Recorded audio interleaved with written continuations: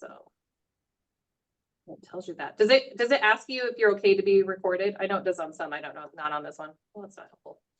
Okay.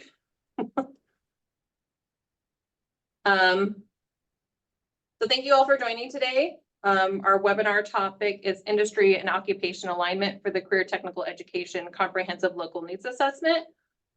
We have Craig Shaw with the Idaho Department of Labor and Wendy Sechrist with the Idaho Workforce Development Council, and we'll be talking to them. I'm just going to go through some background for Perkins, and everybody can hear me okay, and we're good to go on. So we just have some logistics, and we talked about a lot of things. If you want to put your questions in the chat. Oh, somebody said, so the chat doesn't work, but the Q&A works. Is that what we decided, or neither of them work? Chat says it's disabled. Okay, the chat's disabled, but can you put questions in the Q&A? It looks like it. Thank you. Okay. And then, as I mentioned earlier, that we'll save this webinar to our Perkins YouTube playlist. So today we're talking about Perkins funding. Background for Perkins funding can be found on our educator portal. That's just on our main page. It looks like this lockbox, and you sign in. Anybody can have an account, and we have a subrecipient handbook. I did just update some information in there, so there is a more recent version with updated CLNA information if you want to go to that new handbook. We're just going to talk a little bit about Perkins background, the comprehensive local needs assessment, and just continuing steps for that needs assessment. The Carl D. Perkins Career and Technical Education Act of 2006, as amended by the Strengthening Career and Technical Education for the 21st Century, Perkins V, describes like what we need for a comprehensive local needs assessment. So your Perkins funds are intended to improve and enhance your career technical education programs through projects. The projects focus on activities that help meet CTE needs identified in the CLNA, and we measure overall success of programs through predetermined performance measures and continual improvement. Just a little background about our CLNA process. It's a requirement of Perkins V. There was a template created in the past, and we've gone to a new template that's Excel-based. We wanted it to be a continuous update process, and so you will have access to that through your SharePoint, and you'll be giving your data yearly to analyze and put in that template. Those are available currently on your ShareFile accounts, and you have access to them, and everybody, I think, has seen their templates, and if they haven't, contact McKenna and she'll help you get into the ShareFile account.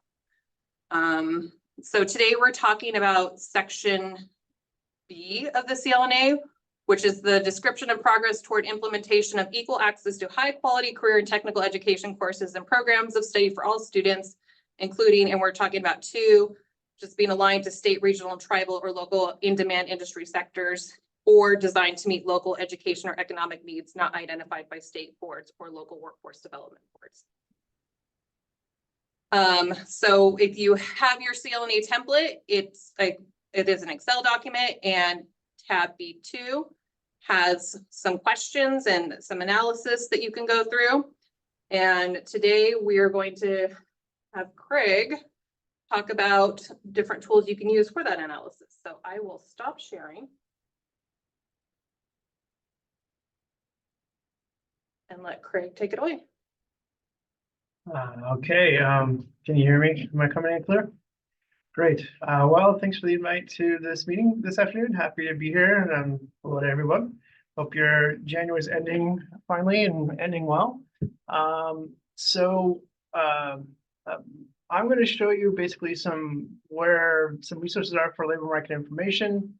And the page that Jennifer had was to our regional labor economist. I'll show that at the end, but first I'll share my screen. I'm just going to walk you through our website real quick on a couple of things that might be useful for you as you're researching the information you need for your grant application, or what, even if you're just curious about this information in different aspects. So, and pardon me, I didn't do an introduction. My name is Craig Shaw. I'm the research analyst supervisor for the Idaho Department of Labor. Among my duties here is I supervise and manage the labor economists around the state.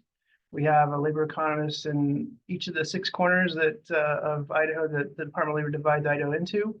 And I'll show you a page where you can find the relevant information for that. But among the things we also do is the projections for Idaho and a lot of the labor market insight that stakeholders like yourself are looking for occasions such as this. So first off, where you can get our information is, it's a simple URL. You just type in lmi.idaho.gov, and that brings up our labor market information website. And then if you're just curious for other states, that's LMI, any state you want, and then there's going to be a similar page like this for other states with similar information. Where you find most of our data and what's relevant for you today is in this data and tools dropdown. This is where a number of our programs, statistical programs, data resides that we package for our stakeholders' consumption, and the various Bureau of Statistics and other USDOL and just other programs we do for the labor market information. The two I would really recommend, you're welcome to peruse all of these, but I think for today's kind of overview, projections are probably the first one I would recommend. This is the web page where we put our long-term information projections, where we every 2 years we project industry demand for the state out 10 years from our most recent full year of data. So 2020, 2030 is the most recent. However, we are working on the update for this, so we'll have a 2022, 2032 released by second quarter of this year. And there's Excel spreadsheets here, and there's a reason they're up above the dashboard as I scroll down to it. I won't go into it, but you can download these Excel data here if you would like. Although we have it plugged into this dashboard here that you can look at from occupational standpoint or an industry projection. This is really kind of what fuels a lot of the data that you're looking for. So on the occupational side, we look at the various occupations, construction managers. We project what the likely growth is going to be for those for about 10 years, and we apply a replacement, and we also provide the most recent wage data from the OEWS program, which is, sorry for the acronym, it's Occupational Employment Wage Statistics. But this might be a little bit, sorry, this might be, this is hot jobs here. Another tool set you might want to look at is the occupations in demand. And go to that. And this is that same data, but we've packaged it to be a little friendlier. Should it load? Here we go.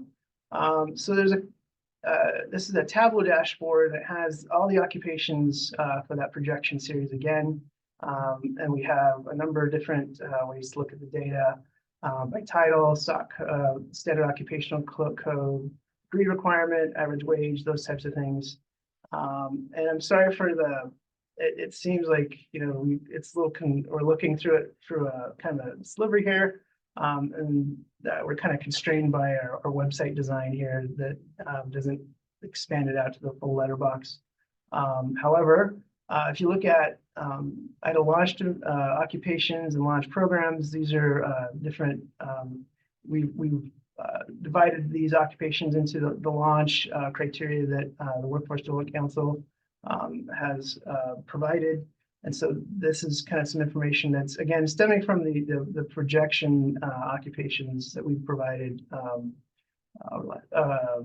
That are basically, these are the projection data. So if you're looking at what we're expecting occupations to do in the next 10 years, this is the data where they are. So the next 10 years. However, I would really, as you're looking at this, you might be overwhelmed already with this. And honestly, there's a lot of information here. And it's a little overwhelming to explain all this information. So if you click on OEWS, again, that's the occupational wage. This is just the occupations in Idaho that you can compare the number of an occupation and this wage in Idaho among its different regions and by different regions of the state, of the nation, excuse me. But these are, it's really just a lot of information. So what I'm going to say is just really I would recommend that as you're looking at some of this information, as you're kind of culling through the data, I really recommend using this page here, which is the regions, regional info. You can get there just by clicking on regional information, or if you're going to type it in, it's after the lmi.idaho.gov, it's / regional info. I'm sorry, / regional dash info / and this kind of divides the state into the regions I was speaking of that we have a labor economist in each of. And the nice thing about it is I really would recommend that you contact the labor economist in your area to kind of help you with pulling the information you're looking at, gathering for this objective here. And the reason for that is just there's a lot of kind of nuances with the data. And there's a lot of different occupations that sometimes it's easier to go through us first rather than kind of trying to figure this out the hard way. Or if you're familiar with it, great, but sometimes it's like looking at the occupation demand tool. It might be that, well, I know what occupation I'm thinking of, but I can't find on the list. Why is that? Especially if you're looking at different regions, like North Central. It might be that because of constraints from the federal partners that we may not be able to publish it, those types of things, but there's workarounds. So I just want to really recommend that you contact the labor economist or myself, and then we can kind of, if you have a question or what you need to do, and we can kind of help you guide you through this or help you get that information. So I think that's kind of a good overview of what I have. Jennifer, are there any questions in terms of what Idaho Department of Labor data you would want to use or see, or anything else that you want me to go over? You're on mute, by the way. Sorry about that. We actually have some participants on the call today. Is there anybody who has any specific questions about what the best way to approach this analysis would be?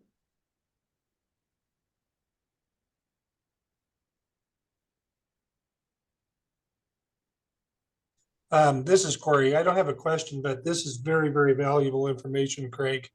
Can you hear me okay? Yes, you're coming. Yeah, thank you very much. I know that when we're talking about, in particular, our Title II program, and I know Trevi's on here, this information can really, really help us in our regions where our subrecipients are. So thank you for sharing. You bet. And we're happy to help. And this is what we're here to do, is help stakeholders like yourself out with this information. So please don't be shy about reaching out to me or the labor economists. That's what we're here to do. So save yourself some time and heartache for that, I would just say, because this stuff can be kind of, even living with it day in, day out, it's maddening information sometimes. So let us help you. Yeah, I was going to echo that. Craig's team is amazing, and it is so easy to go down a rabbit hole when you start going through their website and other, data that's out there. So he and his team are wonderful. If you just pose questions to them, they're going to be able to figure out where the best information to support what you're trying to find out, or what you're trying to highlight is. Thank you, Wendy. Trevi has her hand up.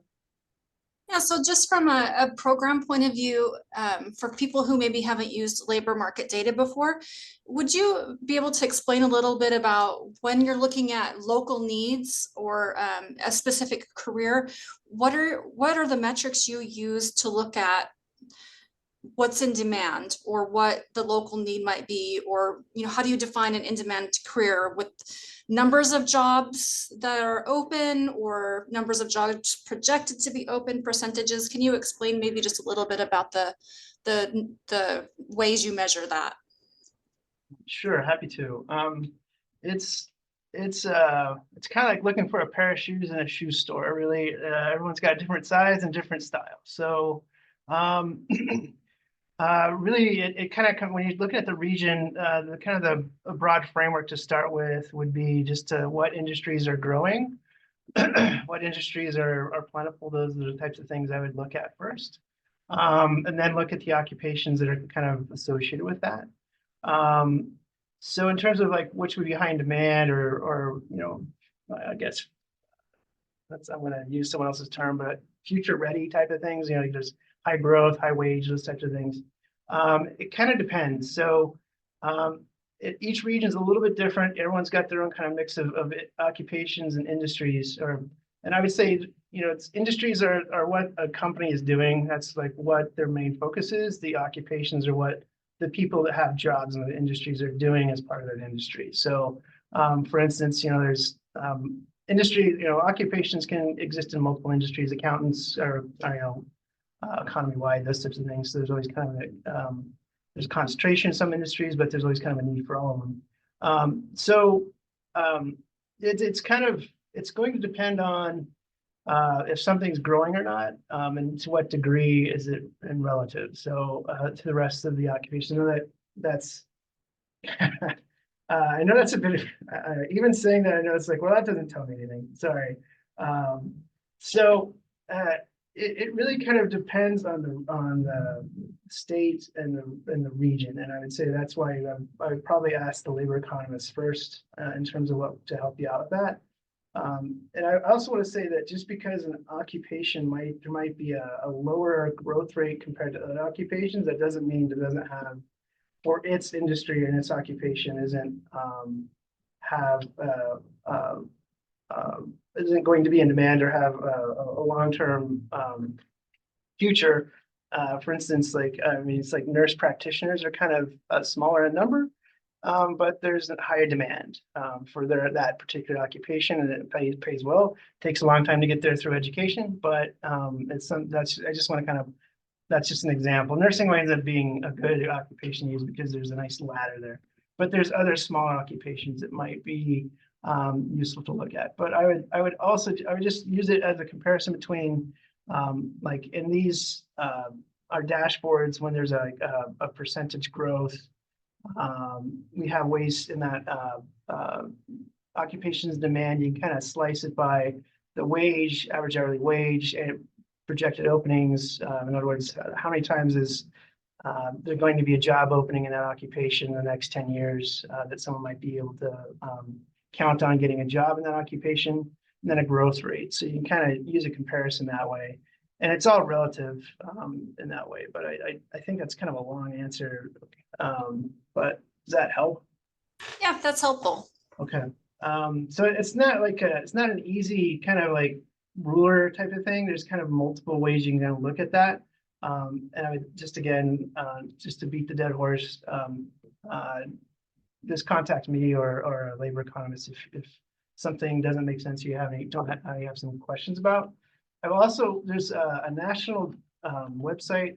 I will actually, let me go and share my screen one more time. There's one I'm going to suggest, and it's called ONET. ONET is a great data source. It's made for the job seeker in mind, but it sucks up all the Bureau of Labor Statistics data, all the projections data we send, the wage information, and it's not loading. I think I have a computer issue.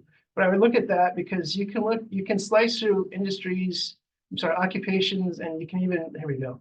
You can get into different aspects of the occupation. It's way more comprehensive than anything on our LMI webpage in terms of what you can get at through occupations. But like, for instance, let's just look at accountants. The keyword, it brings up the occupational code again. And you can look at it this way. It gives you like the different skills. But what's interesting is that you can actually type in, that's this training and credentialing, but there's a place, I think it's different here. You have wage and employment trends. So you can just select a state, Idaho. You can get down to the region if you want, and then you can get that information and how it compares to the US as well. So this is a really useful tool specifically for occupations, but this is kind of another one that you can kind of use as part of like some of your research. But, and like I would say, again, this is all BLS, Department of Labor data that they're using. And it says org, but it's actually a quasi kind of It's run by the South Carolina Department of Labor. As kind of a side, it's not really as a, it's not, they get money for it, but it's not like a full government, it's pseudo agency kind of work here, I guess, is what I'd say. Okay, I think that, any other questions? I would say thanks, Trevi, for that question. I kind of breezed through the CLNA template for this question. I'm just gonna share that again, now that you've talked about some of the resources that can be used. So the way we structured this template update, can you see my screen? Is it is it showing the wrong screen? Where you see the CLNA template? It's the template. Okay, good. So we have some of the questions that we talked about. How do your CTE programs align with one or more in-demand careers? So you can reflect, and then maybe they don't, or something will be better. You can identify some needs there. There's 8 different questions to kind of help you think about this section and how you are aligned, including number 2, is it designed to maybe meet local education or economic needs not identified in some of the resources that you saw? And if that is the case, you know, we had a new company come in, just explain that there. So, yeah. Any other questions on that? If not, I'll turn it over to Wendy with the Idaho Workforce Development Council. All right, well, I will jump in, and actually Trevi's question and Craig's response kind of provides a perfect transition to some of what I can share. So, you know, Trevi, the question about, well, what is in demand, right? And Craig represents the facts. He represents the data. This is what is going on in the labor market right now, and this is what the occupations are and what we're projecting, for growth and all of that. But then when it comes down to applying some sort of a qualitative, factor to that, like, well, what do we mean by in demand? Every audience could have a different definition of in demand. And, as you guys all know, we've had to identify what in-demand careers are for the purposes of Idaho Launch. And I'll kind of take you through what we did in doing that. But the whole premise behind Craig's team setting up that tableau that he showed you, that very first web page where you were able to, like, you can go in and you can filter by different characteristics. So, if you're trying to determine whether, another phrase that is being used a lot is, high quality jobs, right? What does high quality mean? Well, there isn't a across the board definition that everybody is using for high quality. You've got at the federal level, they give you characteristics that they think are important to high quality, which, includes wages and demand and, other factors.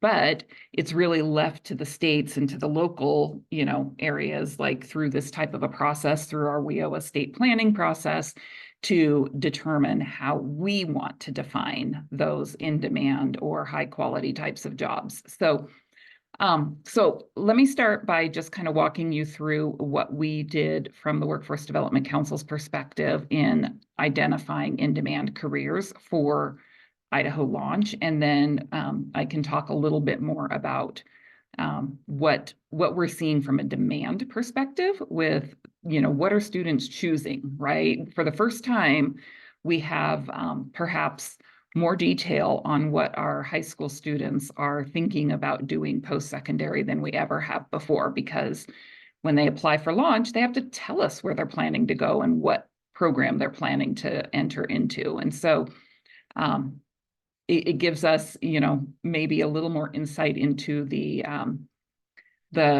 I'm trying to think, well, they would be the supply, right? But what they're really doing is they're showing what they want, what they want, their demand, for post-secondary training. So first thing, I'm going to share my screen here. And let's just, I'll give you guys some resources. And I know almost I recognize almost all of the names on the webinar. So I know you all have a basic level of familiarity with Idaho Launch. If there's anything about it that you want me to focus on, let me know, and I'll pause for a second and do that. But so we have, just as a place to get information for launch, we've got it integrated into the Next Steps website. And actually, before I go too deep into launch, I want to show you another way. Craig showed you ONET Online, which is one of my favorite web tools. I get a little nerdy when it comes to labor market data, and I want to pretend like I'm part of Craig's team, but I'm not the in-depth data person. So another way that we're able to serve up information about what's going on with different careers is through the career cards on the Next Steps website. And it also allows you, to use some filters to kind of narrow in. But let's see, you use the accountant. So let's use the accountant here. When we go in and we look at that workforce information, those wages and salaries and the outlook and all of that, this is all coming from the same data source. And so from here, you can actually filter it in or narrow it in by region of the state and look at, well, what are the pay? Not all of them will have regional information, but most of them do. And then what's Idaho's employment? Where are we seeing the most of those jobs, what kind of skills might they use on the job, and so forth. And then there's videos there, but this is just another way of looking at the ONET, the BLS data on occupations that might help you explore regionally what you're looking for. So back to how, the council was given the charge with Idaho Launch of determining a list of in-demand careers that would then qualify for Idaho Launch. So we were given in statute, we were given 2 data factors to be able to use: the number of annual openings and the percentage growth rate. And working with Craig and his team, and we had an all-day meeting, what was that, in October? Well, we had a couple of those. We had all-day meetings in March and May, I don't know, a number of them, trying to come up with a good methodology to identify how we could specify what in-demand careers would be eligible for launch. The challenge, with just how political getting launched through was in the first place, is that the council wanted to stick to the statute, not go off of, precisely what statute says that we can use. And so we limited ourselves to those 2 factors, number of annual openings and percent growth rate.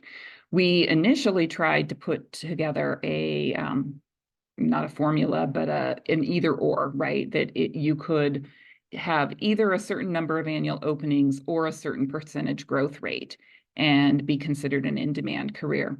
What we found, and Craig knows how to explain this far better than I do, but what we found was using that percentage growth rate caused some challenges for us, because as Craig mentioned, you might see an occupation that has, a very high or a very low percent growth rate, but that's not the whole story. And I'll just make up an example here. So maybe there's 5 morticians in Idaho and 3 of them are going to turn over in the next 10 years.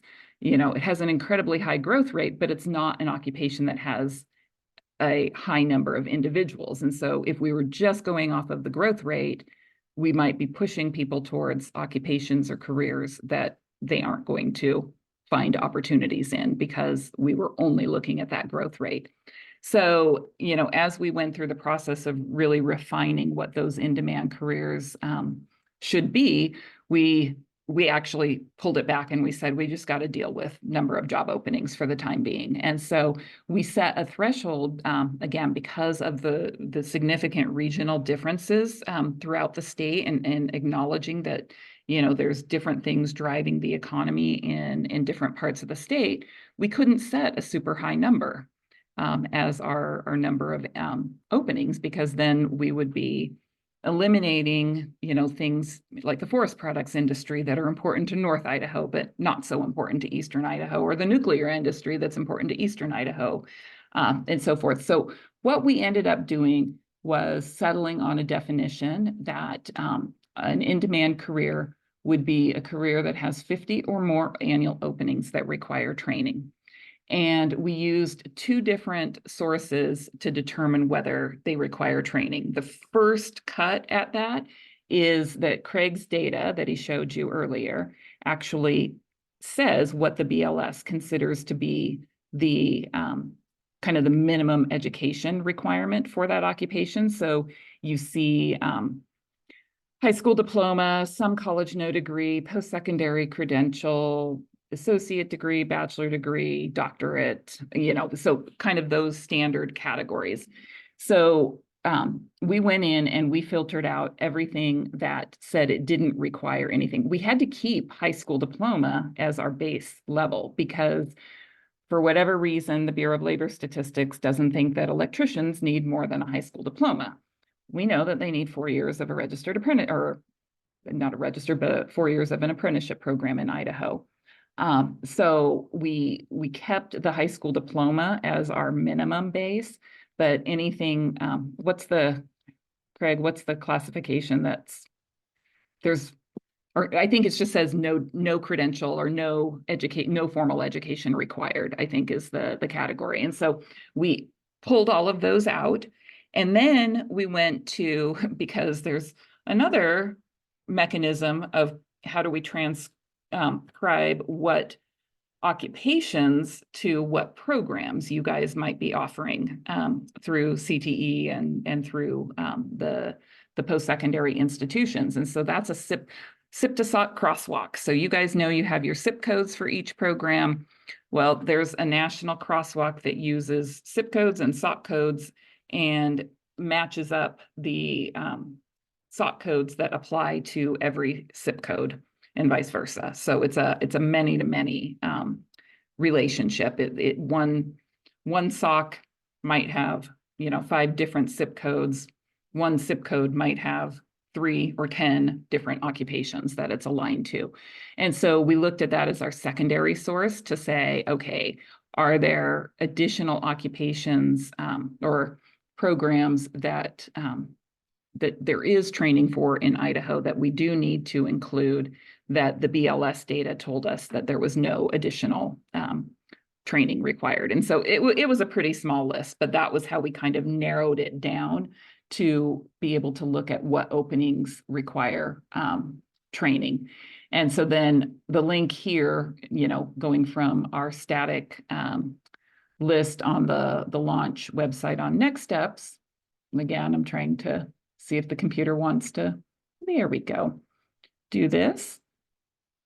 That takes you back to Craig's tool for the occupations in demand, which we were then able to publish 2 different views of that. Love real time. There it is. Okay. So as Craig mentioned, you've got all of the launch occupations. So again, that's just the ones with 50 or more openings.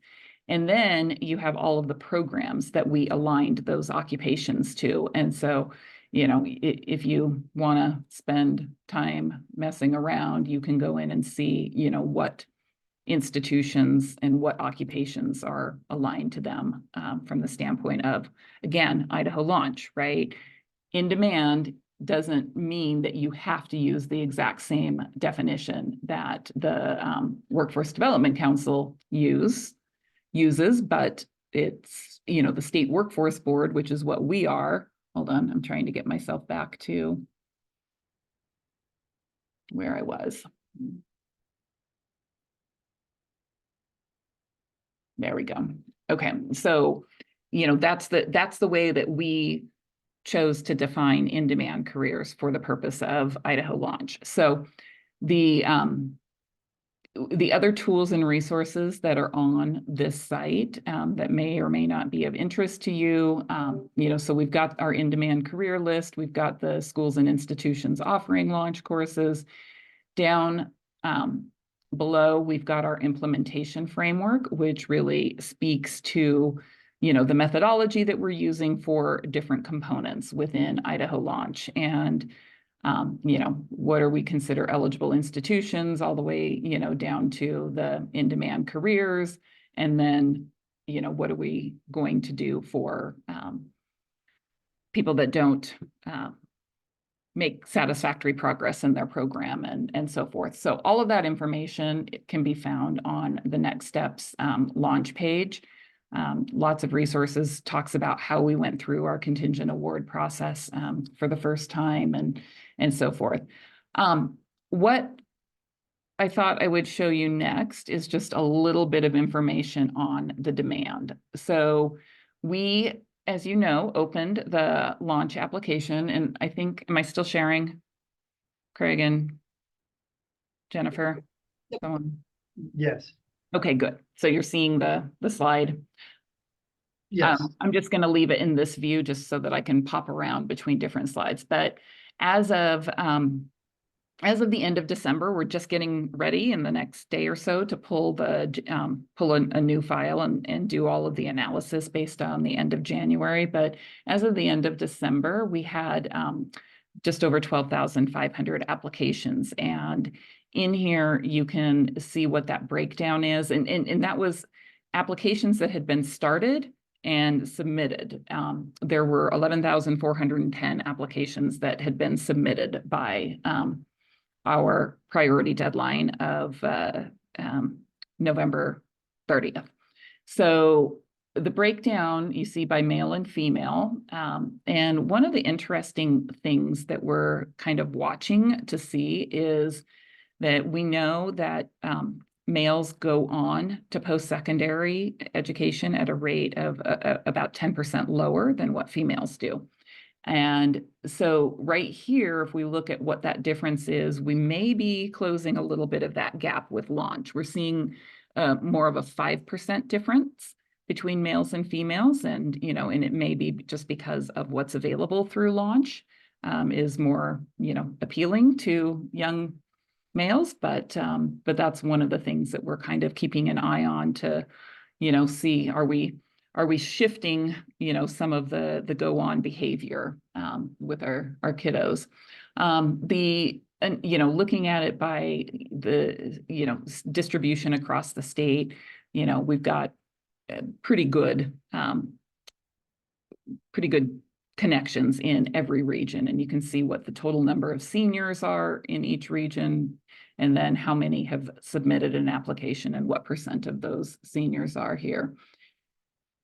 We also are looking at it by where are the launch kids coming from. So obviously we would expect public school kids to be the biggest component of this. But this tells you that we need to do a better job with homeschool, with marketing the program to homeschool families and parents. You know, GED, our definition of a GED student is they have to be 21 or younger. And I'm going to imagine that we're not always, you know, we're not ever going to have a high rate of GED students coming in through launch, but I think we definitely need to do some more work on the homeschool. We're also trying to monitor some of the demographics of the students. And so, you know, right now we're at 18% Hispanic. I think the general population of Idaho is just about 13.5% Hispanic. So wanting to make sure that we continue to reach those students. And then what might be the most relevant to you guys is, what are they choosing? What are they wanting to do? So we've had to group the programs across the different institutions, workforce training providers, private institutions, into kind of some areas, because if we tried to publish this data based off of, let's see, ISU calls their program accounting, Boise State calls it accountancy, College of Idaho calls it accounting, 124 credits, something, then we would never, like, we wouldn't be able to see anything meaningful. But the trends that we are seeing is that, you know, if good for Idaho because we desperately need healthcare, workforce, but we are seeing a lot of kids looking at healthcare careers. And so the healthcare technicians would include like your dental assisting, dental hygiene, surge tech, physical therapy assistant, or PT techs, trying to think of some of the others, dental hygiene, did I say that one? Anyway, kind of your technician roles in there. Nursing, we have everything from a CNA up to an RN put together because of, Craig mentioned it earlier. I mean, there's just a strong pathway in nursing for kiddos. So if they think that they want to be an RN and, for whatever reason, that's not the right choice from them, they probably got the skills to work as a CNA as part of that process. Engineering is the next biggest area. The biological sciences, this is where we had to get kind of funky because the pre-med, pre-dentistry, pre-chiropractic, all of those programs, the SIP-to-SOC crosswalk says they have no match to an occupation. And so we had to back it down and say, like, if people are going into health science or pre-med types of programs that they're probably headed towards those types of healthcare careers. And then we've got teaching at all levels, auto techs, and so forth. So that is kind of where we're at with launch. Like I said, we'll have a new data pull here in a couple of weeks or another week or two, be able to look at how things are shaking out. But did that help in trying to explain how you got to kind of choose, which factors you're going to determine to be important with respect to in-demand careers and be able to justify, that there is demand for them. The wage component, and I don't know, Jennifer, if you want to bring up some of the discussion that we had around the wages yet, but all of that ends up getting factored in to determine, how to prioritize resources. Thanks, Wendy. I don't want to talk about the wage, but if you do, that was a No, hard that's okay. discussion. Let's not talk about that yet. Thank you so much, both of you. Is there any other questions on the call from anybody? There's a few people I did not allow to talk, so I will make it so that everybody can talk if they would like to ask any additional questions or and if not, that is okay as well. I think we have some links for you to go through. And then Craig said, he gave out his cell and said, find him whenever, he'll help you with that. But he's like, yeah. Yeah, sure. No, thank you, Craig. Is there was there one email that they should just go to ask their questions? Maybe that's my question, like if they do have some labor. You're welcome to forward mine, but if it might be useful to just reach out directly to the labor economist in their area. Okay. That we're familiar with. That would probably save them some time, I think, on that, but they're welcome to reach out to me as well. I'll put them in contact with them either way. Is that on your just web page that says? It's on the regions page. If you scroll through and see the different regions, the contact information for each labor economist was there.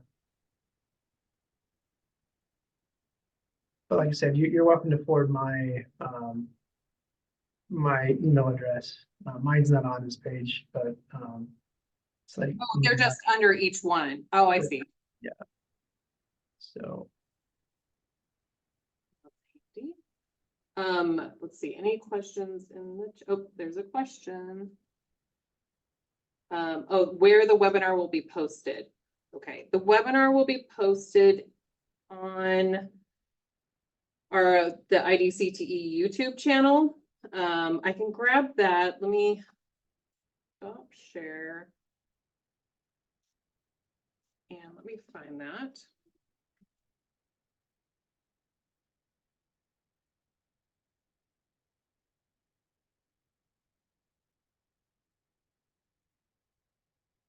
I'm gonna look for that for a second. Has anybody started working on their CLNA? Absolutely. Okay. Okay, so I'll share my screen again.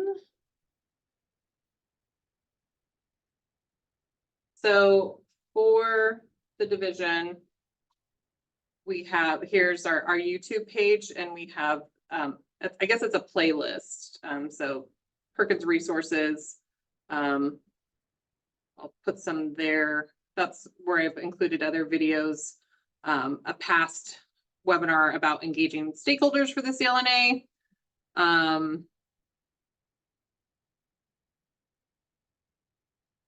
And I can copy that into the chat as well.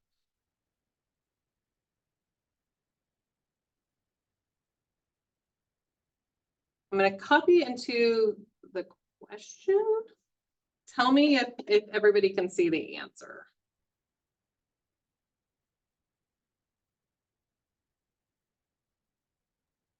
Does that make, okay. Yep.